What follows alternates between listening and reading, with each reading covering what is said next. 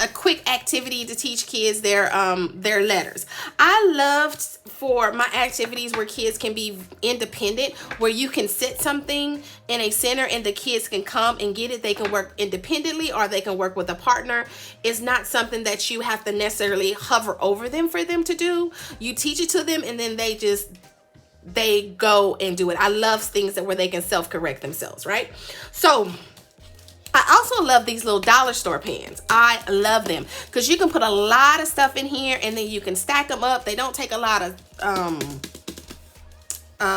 space, you know, in your centers. They're neat. I just love them. And if you laminate your sheets and hot glue them, let's say my kids have mastered, right? We're in the middle of the year and all my kids have mastered all their letters and all of this. I can take this out of here and put something else here that I want. And then I can simply store this in my container. So I just really, really love. And they're dollar store. They're little dollar store pans. They're just $1. I love that. Okay. So on the front of them, I have the alphabets, right? The lowercase alphabets. And then on the back, I have capital, right? And this is called the alphabet arc. And you can get this off the internet. You can download it, laminate it, however you want to do it, right? And then I just have my little letters. And normally I put them in a cute little container.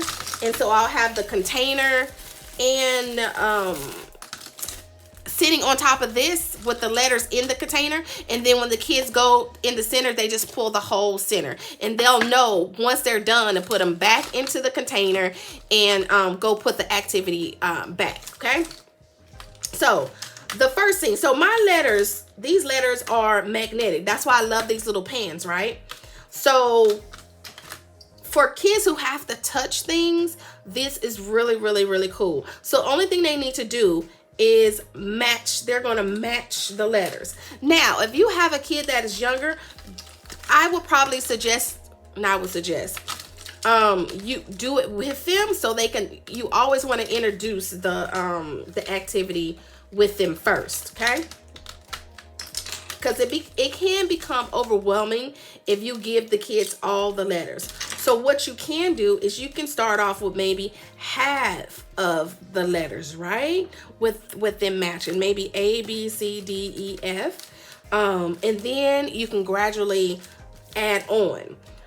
If you feel like your student have enough, or your child have enough, I don't want to say focus, then you can, right? So even if you don't start with just A, B, C, maybe you just start with 4 letters at a time, right? 4 letters at a time. And what they do is they have to match, right? That way they're not so overwhelmed if you're just introducing letters to them, right? Because the thing that you want them to do is be able to recognize, be able to match the letters, right?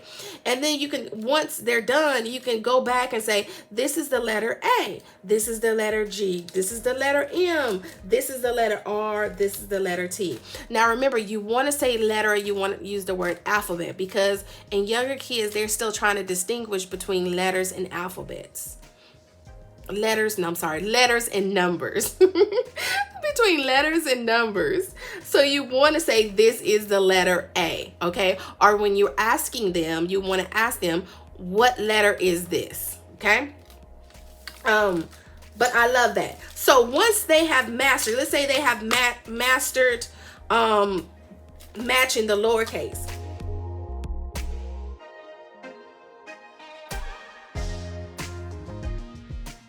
I make it a little bit more difficult and higher up when you flip it over, because you have to match the lowercase letter with the capital letter, okay?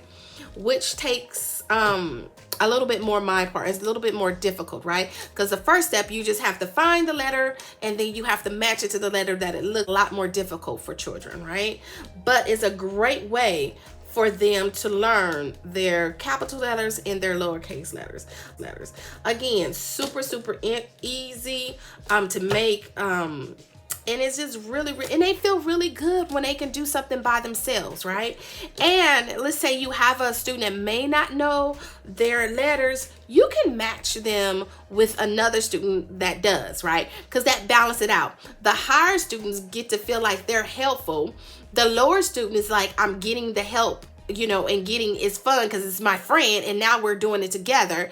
But in essence, it's like it's reinforcing both of them. So it's teaching the student that may not know their letters, and then is reinforcing the letters to the student who does, and teaching them leadership and being kind. Like, it's just teaching them, it's just a win-win situation.